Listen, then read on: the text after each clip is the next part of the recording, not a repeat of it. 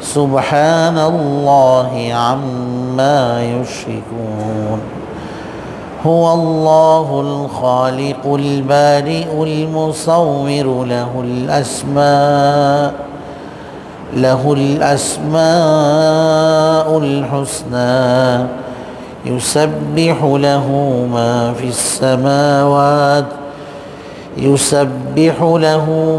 في السماوات والأرض وهو العزيز الحكيم بسم الله الرحمن الرحيم ولله ما في السماوات وما في الأرض ولقد وصينا الذين أوتوا الكتاب من قبلكم وإياكم أن اتقوا الله وإن تكفروا فإن لله ما في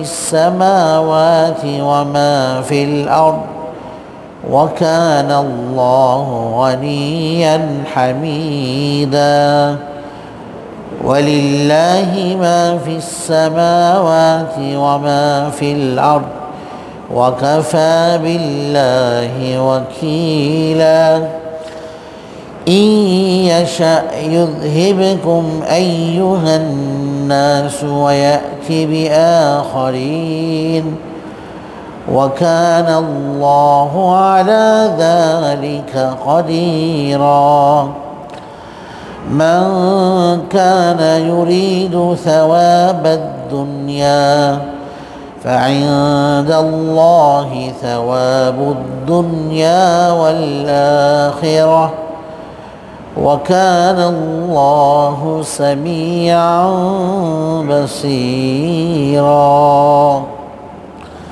صدق الله مولانا العظيم وصدق رسوله النبي الكريم ونحن على ذلك من الشاهدين والشاكرين الحمد لله رب العالمين আল্লাহ রাব্বুল আলামিনের দরবারে অসংখ্য অগণিত শুকরিয়া এবং কৃতজ্ঞতা আদায় করছি। আল্লাহ রাব্বুল আলামিন আমাদেরকে মাগরিবের নামাজ আদায়ের পর কোরআনুল কারীমের তাফসীরের মজলিসে আল্লাহ রাব্বুল আলামিন আমাদেরকে বসার তৌফিক দান করলেন। আল্লাহ রাব্বুল আলামিনের কৃতজ্ঞতা এবং শুকরিয়া আলহামদুলিল্লাহ। সূরাতুন নিসা এর তাফসীর চলছিল ধারাবাহিকভাবে। সর্বশেষ তাফসীর এই সূরার 130 নম্বর আয়াতে কারিমা পর্যন্ত হয়েছিল। আজকের তাফসীর অত্র সূরাতুন নিসা এর 131 নম্বর আয়াতে কারিমা থেকে শুরু হবে। পেছনের আয়াতগুলোর সাথে আজকের আয়াতের সম্পর্ক হলো এই, পেছনের আয়াতগুলোতে আল্লাহ রাব্বুল আলামিন দাম্পত্য জীবনের কল্যাণে বেশ কিছু নির্দেশনা উপদেশ মুসলিম স্বামী স্ত্রীকে আল্লাহ তাআলা প্রদান করেছেন। যে নির্দেশনাগুলোর মধ্যে মুসলমান স্বামী স্ত্রীর জন্য অনেক কল্যাণ রয়েছে।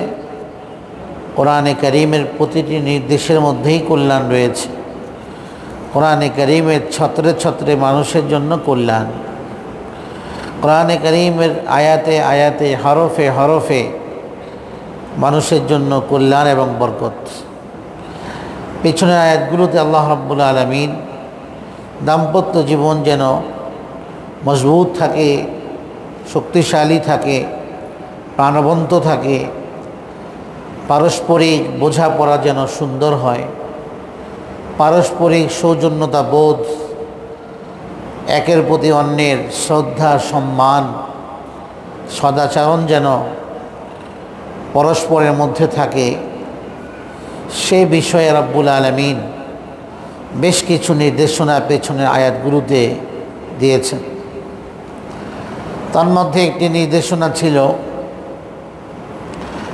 যে কারো যদি একাধিক স্ত্রী থাকে সেক্ষেত্রে সমতা রক্ষা করা আবশ্যিক কর্তব্য, সেটা পালনে যেন মুসলিম স্বামী যেন এক্ষেত্রে সমতা বিধানের ক্ষেত্রে ইনসাফ এবং সাম্য রক্ষার ক্ষেত্রে যেন সে পেছনে না থাকে, অসচেতন না থাকে, একাধিক স্ত্রীর মাঝে যেন সম্পূর্ণভাবে সমতা রক্ষা করে আদল ইনসাফ ন্যায় পরায়ণতার সাথে চলতে পারে তাদেরকে নিয়ে, সেই ব্যাপারে আল্লাহ রাব্বুল আলামিন এক আয়াতে নির্দেশনা দিয়েছে। সেক্ষেত্রে আল্লাহ তাআলার নির্দেশনা এমন ছিল যে মোহাব্বত এবং ভালোবাসার ক্ষেত্রে মানুষ নিরুপায়, অন্তর মানুষের নিয়ন্ত্রণে না থাকার কারণে একাধিক স্ত্রী থাকা অবস্থায় কোনো একজন স্ত্রীর প্রতি বেশি মোহাব্বত ভালোবাসা অন্তরে চলে আসতে পারে। এতে এই স্বামী আল্লাহর কাছে পাকড়াও হবে না, যেহেতু তার অন্তর তার হাতে নেই। রাসূল করিম সাল্লাল্লাহু আলাইহি ওয়াসাল্লামের বৈবাহিক জীবনে একাধিক স্ত্রী ছিল। উম্মাহাতুল মুমিনিনগণ ছিলেন। আম্মাজান আয়েশা সিদ্দিকা রাদিয়াল্লাহু তাআলা আনহার প্রতি তুলনামূলক ভালোবাসা এবং মহাব্বত বেশি ছিল কিছুটা। রাসূল করিম সাল্লাল্লাহু আলাইহি ওয়াসাল্লাম আল্লাহর কাছে বলতেন যে আল্লাহ, আমি যে বিষয়ে আমার সক্ষমতা আছে সেই বিষয়ে তো আমি ইনসাফ করছি, আমি বন্টন করছি সুচারুরূপে সুষ্ঠুভাবে। ফালা তালুমনি ফীমা লা আমলিক আল্লাহুম্মা হাযা কসমি, হে আল্লাহ এটা আমার বন্টন, ফীমা আমলিক যেখানে আমার নিয়ন্ত্রণ আছে, এই ব্যাপারে তো আমার শতভাগ আমি সমতা এবং ইনসাফ রক্ষা করি। ফালা তালুমনি ফীমা লা আমলিকু, যে বিষয়ে আমার ক্ষমতা নেই, আমার হাতে নেই এটা, সে বিষয়ে আপনি আমাকে তিরস্কার করবেন না। মহাব্বত মানুষের হাতে নেই। একাধিক স্ত্রীর ক্ষেত্রে কারো প্রতি কোন একজন স্ত্রীর প্রতি একটু মহাব্বত বেশি আসতে পারে, এতে ব্যক্তি পাকড়াও হবে না, আল্লাহর কাছে গুনাহগার হবে না। কিন্তু স্ত্রীদের যে হক স্বামীর কাছে, এই হক আদায়ের ক্ষেত্রে সমস্ত স্ত্রীর মধ্যে সমতা রক্ষা করতে হবে। যদি সে কারো প্রতি বেইনসাফি করে তাহলে এটা জুলুম হবে, অন্যায় হবে, এটা অনেক বড় অপরাধ হবে। এতে স্ত্রীদের মধ্যে মনোমালিন্যতা সৃষ্টি হবে, পারস্পরিক শত্রুতা এবং দুশ্মনী তৈরি হবে পরস্পর সতীনদের মাঝে, স্ত্রীদের মাঝে।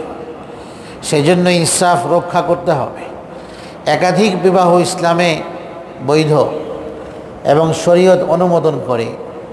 কোনো মুসলমানের অন্তরে আল্লাহ কর্তৃক প্রদত্ত এই বিধানের প্রতি যদি বিন্দু পরিমাণ শঙ্কা অথবা ঘৃণা থাকে, তাহলে তার ঈমান থাকা না থাকার ব্যাপারে বড় শঙ্কা। যেহেতু একাধিক বিবাহ, একের অধিক 4 জন পর্যন্ত একজন পুরুষ, সক্ষম পুরুষ 4 জন নারীকে একসাথে বিবাহের অধীনে রাখতে পারে শর্ত সাপেক্ষে, এই বিধানকে খারাপ মনে করা অথবা একাধিক বিবাহ করলে কোনো ব্যক্তি তাকে খারাপ মনে করা যে সে একটা খারাপ কাজ করলো, অন্যায় কাজ করলো, সে একটা লম্পট, সে একটা খারাপ কাজ করলো, এই ধরনের যদি বিশ্বাস বা চর্চা অন্তরে আসে বা ধারণা, তাহলে ব্যক্তির ঈমান শঙ্কার মধ্যে পড়বে। কারণ সে মূলত আল্লাহর এই বিধানের প্রতি তার অপছন্দতা, সে আল্লাহর এই বিধানকে পছন্দ করে না। তো সমাজের মধ্যে এটাই চলছে এখন, এই ট্রেন্ডটাই চলছে। হালালভাবে স্ত্রী বানিয়ে তার সাথে দাম্পত্য জীবন যাপন করাকে মানুষ অনেকে একাধিক স্ত্রী রাখলে এটাকে অপছন্দ করে, কিন্তু হারাম রিলেশন এবং সম্পর্ক করে পরকিয়া করছে, নিজের স্ত্রী থাকতে, হালাল স্ত্রী থাকতে সে পরকিয়া করছে আরেক নারীর সাথে। কর্পোরেট অফিসগুলোতে যে নারী কোনো কর্মকর্তা থাকে, তো সেখানে বস নিজের ঘরের হালাল স্ত্রী রেখে সুন্দরী নিজের স্টাফ নারী তার সাথে পরকিয়া করছে, তাকে নিয়ে ঘুরে বেড়াচ্ছে। সমাজের চোখে এগুলো মন্দ নয়, অথচ আল্লাহর দৃষ্টিতে এগুলো অত্যন্ত জঘন্য কাজ, কুপথের আচরণ, নিকৃষ্ট কাজ। সমাজ এভাবেই এগুচ্ছে। হালালভাবে বিবাহ করে নাও। যদি একে সন্তুষ্ট না থাকে কেউ, তার আরও প্রয়োজন, তার চাহিদা আছে, সক্ষমতাও আছে, ইনসাফ করার যোগ্যতাও আছে, শারীরিক মানসিক আর্থিক সক্ষমতাও আছে, তার জন্য তো ইসলাম সুযোগ রেখেছে একের অধিক বিবাহ করার। বরং কোরআনে কারীমের আয়াতে 2 থেকে শুরু হয়েছে, 2 2 3 3 4 4 স্ত্রী রাখতে পারো। আর যদি জুলুমের আশঙ্কা করো তাহলে একজনকে নিয়ে সন্তুষ্ট থাকো, একজনকে নিয়ে থাকো, তাহলে তোমার দ্বারা জুলুম হবে না। এর জন্য বিবাহের আগে যদি কোনো ব্যক্তির আশঙ্কা হয় যে আমি বিবাহ করলে স্ত্রীর প্রতি আমি জুলুম করব, নিশ্চিত তার জন্য বিবাহ করা হারাম। আর যদি শঙ্কা থাকে এরকম যে আমি হয়তো আমার দ্বারা জুলুম হতে পারে স্ত্রীর প্রতি, চাই সেটা শারীরিক হতে পারে, মানসিক টর্চার হতে পারে, শারীরিক টর্চার হতে পারে, এরপরে খাবার দাবারে টর্চার হতে পারে, আশঙ্কা থাকলে বিবাহ করা মাকরুহে তাহরিমি, অর্থাৎ নাজায়েজ। এই আশঙ্কা যতক্ষণ পর্যন্ত তার ভেতরে থাকবে ততক্ষণ পর্যন্ত তার জন্য বিয়ে করা নাজায়েজ, মাকরুহে তাহরিমি। এই জন্য জুলুমের যদি আশঙ্কা থাকে, একাধিক স্ত্রী নিয়ে সে চলতে পারবে না, এদের মধ্যে ইনসাফ প্রতিষ্ঠা করতে পারবে না, তাহলে তার জন্য একাধিক স্ত্রীর প্রয়োজন নেই, সে একজনকে নিয়েই থাকুক, কিন্তু হারাম রিলেশনের জন্য না যায়। একাধিক স্ত্রী রাখার বড় তাৎপর্য একটা এটাও যে মানুষ যেন হালাল স্ত্রী রেখে হারামের দিকে অগ্রসর না হয়। দেখা যায় যে মানুষ একজন স্ত্রী আছে ঘরে, পরিচয় স্ত্রী, কিন্তু সে বাহিরে হারাম উপায়ে বহু নারীর সাথে সম্পর্ক। এরকম বহু এই কামুক পুরুষ আছে সমাজের, নোংরা মানুষ যারা বহু নারীগামী যারা, অর্থাৎ যাদের একজন নারীতে হয় না, তো ঘরের মধ্যে পরিচয়ের স্বার্থে একজন স্ত্রী থাকে আর একাধিক নারীর সাথে তার যৌন সম্পর্ক, অবৈধ সম্পর্ক, জিনার সম্পর্ক, ব্যভিচারের সম্পর্ক, একাধিক নারীর সাথে তার সম্পর্ক, এইগুলো ইসলাম হারাম করেছে।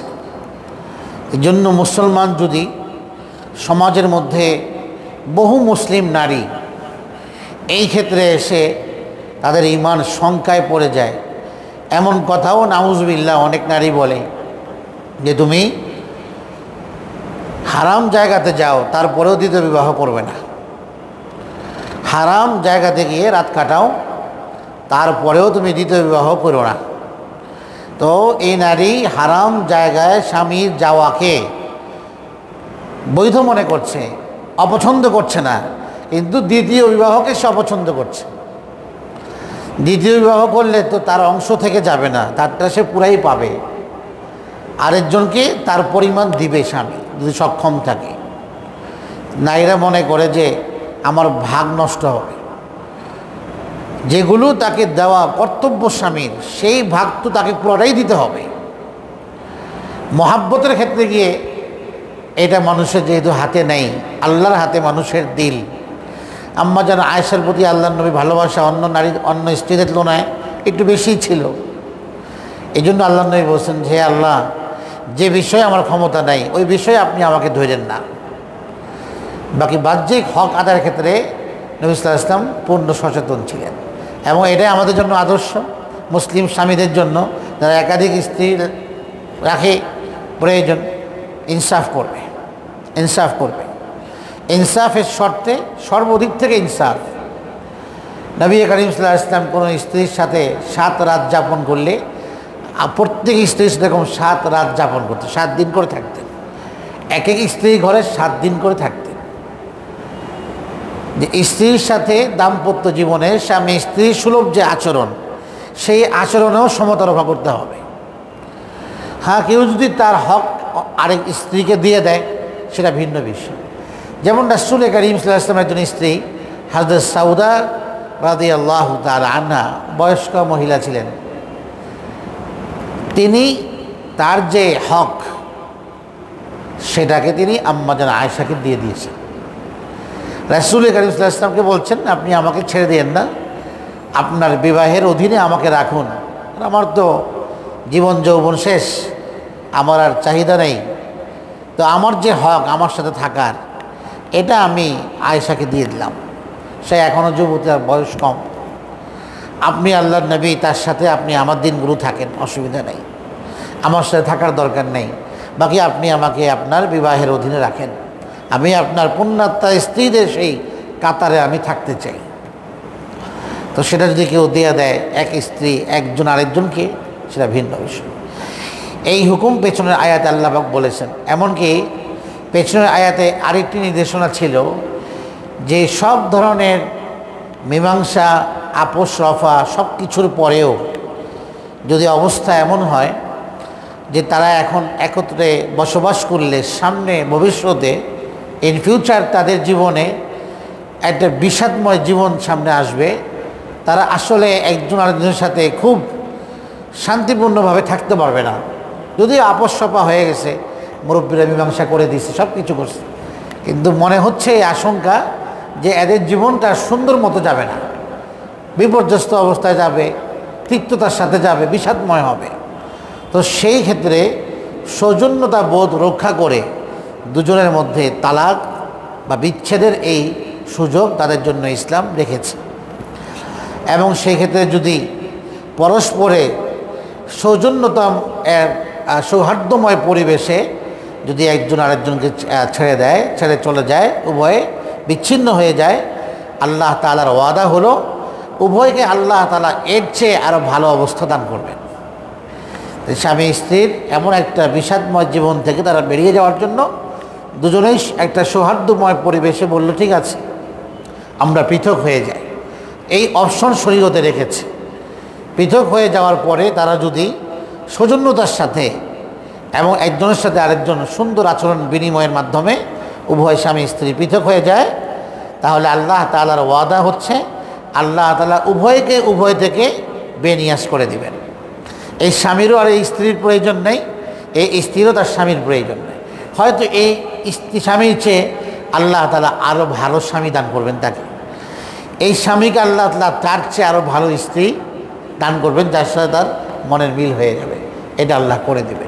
এটার জন্য শর্ত হলো, আল্লাহর এই রহমতটা পাওয়ার জন্য শর্ত হলো যে উভয়ের মধ্যে একটা সৌহার্দ্যপূর্ণ পরিবেশে উভয়ে উভয়কে ছেড়ে চলে যাওয়া, এখানে যেন তিক্ততার পরিবেশ তৈরি না হয়, এই নির্দেশনা আল্লাহ পাক। এই জন্য তালাকের যে পরিবেশটা, যে তালাকের পরিবেশটা তিক্তই হয় সমাজে, বিবাহের পরিবেশটা আনন্দ ঘন হয়।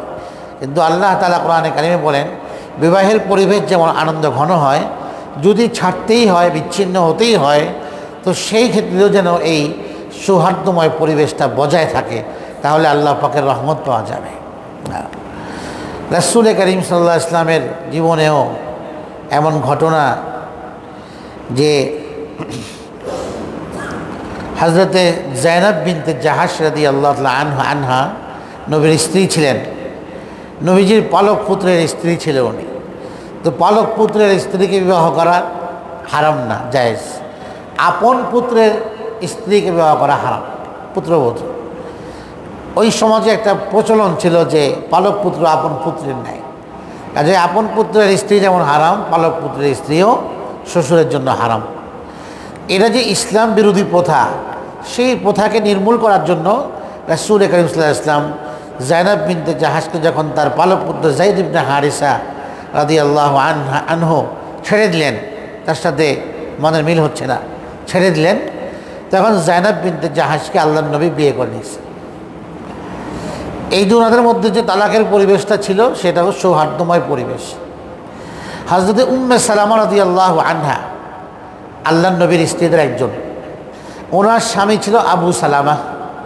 উনি ইন্তেকাল করার পরে রাসূল কারীম সাল্লাল্লাহু আলাইহি ওয়াসাল্লাম তাকে সান্ত্বনা দিলেন যে তোমাকে আল্লাহ তাআলা, উনি মারা গেছেন, আবু সালামা তালাক হয় নাই, মারা গেছেন, একটা ছেলেও আছে, তো তোমাকে আল্লাহ তাআলা আরও ভালো স্বামী দান করবেন, তোমার জন্য কল্যাণের ব্যবস্থা আল্লাহ রেখেছেন, সান্ত্বনা দিলেন। এরপরে স্বয়ং রাসূল কারীম সাল্লাল্লাহু আলাইহি ওয়াসাল্লাম তাকে বিয়ে করলেন। তখন উম্মে সালামা সারা জীবন বলতেন যে আল্লাহর নবী যে আমাকে বলছেন যে আমার স্বামীর চেয়ে উত্তম স্বামী আল্লাহ আমাকে দিবেন, বাস্তবেই আমাকে আমার স্বামীর চেয়ে উত্তম স্বামী মুহাম্মদুর রাসূলুল্লাহকে আল্লাহ পাক আমাকে দান করেছেন। এই যে আয়াত আল্লাহ পাক বললেন যদি সৌহার্দ্যময় পরিবেশে বিচ্ছিন্ন হয়ে যায় আল্লাহ পাক এর চেয়ে আরও ভালোটা তাকে দান করেন। এই উম্মে সালামা রাদিয়াল্লাহু আনহার স্বামী সাহাবী আবু সালামা ইন্তেকালের পরে এখন তিনি আল্লাহর নবীর স্ত্রী হয়ে গেলেন, উম্মুল মুমিনিন হওয়ার সৌভাগ্য অর্জন করে ফেললেন। এটা হলো আল্লাহ পাকের রহমত। তো আজকের আয়াতে কারিমার সাথে এর সম্পর্ক হলো আল্লাহ রাব্বুল আলামিন বলছেন ওয়ালিল্লাহি মা ফিস সামাওয়াতি ওয়া মা ফিল আরদ, আর আসমান এবং জমিনে যা কিছু আছে সবগুলোর মালিক আল্লাহ তাআলা। তো যদি দুইজন, আগের আয়াতের সাথে সম্পর্ক হলো স্বামী স্ত্রী যদি সুন্দরভাবে থাকতে না পারে, বিষাদের আশঙ্কা থাকে, আপোষ রফা মীমাংসার পরেও তারা সুন্দরভাবে যেন একে অপরকে বিচ্ছিন্ন হয়ে যায়, তাহলে আল্লাহ পাকের রহমত অনেক প্রশস্ত তাদের জীবনে আল্লাহ পাকের রহমত তারা পাবে। কারণ যেহেতু সব কিছুর মালিক আল্লাহ তাআলা, আল্লাহ তাআলা তাদের জন্য উত্তম ব্যবস্থা রাখবেন। ওয়ালাকাদ ওয়াসাইনা আল্লাযীনা উতুল কিতাবা মিন ক্বাবলিকুম ওয়া ইয়্যাকুম আন ইত্তাকুল্লাহ। আল্লাহ পাক বলেন আমি তোমাদের পূর্বের আগের যাদেরকে কিতাব দেওয়া হয়েছে, ইহুদি খ্রিস্টান, এদেরকেও আমি এই ওসিয়ত করেছিলাম, ওয়া ইয়্যাকুম তোমাদেরকেও করছি একই ওসিয়ত। ওসিয়ত দ্বারা উদ্দেশ্য হলো গুরুত্বপূর্ণ আল্লাহ পাকের নসিহতকে ওসিয়ত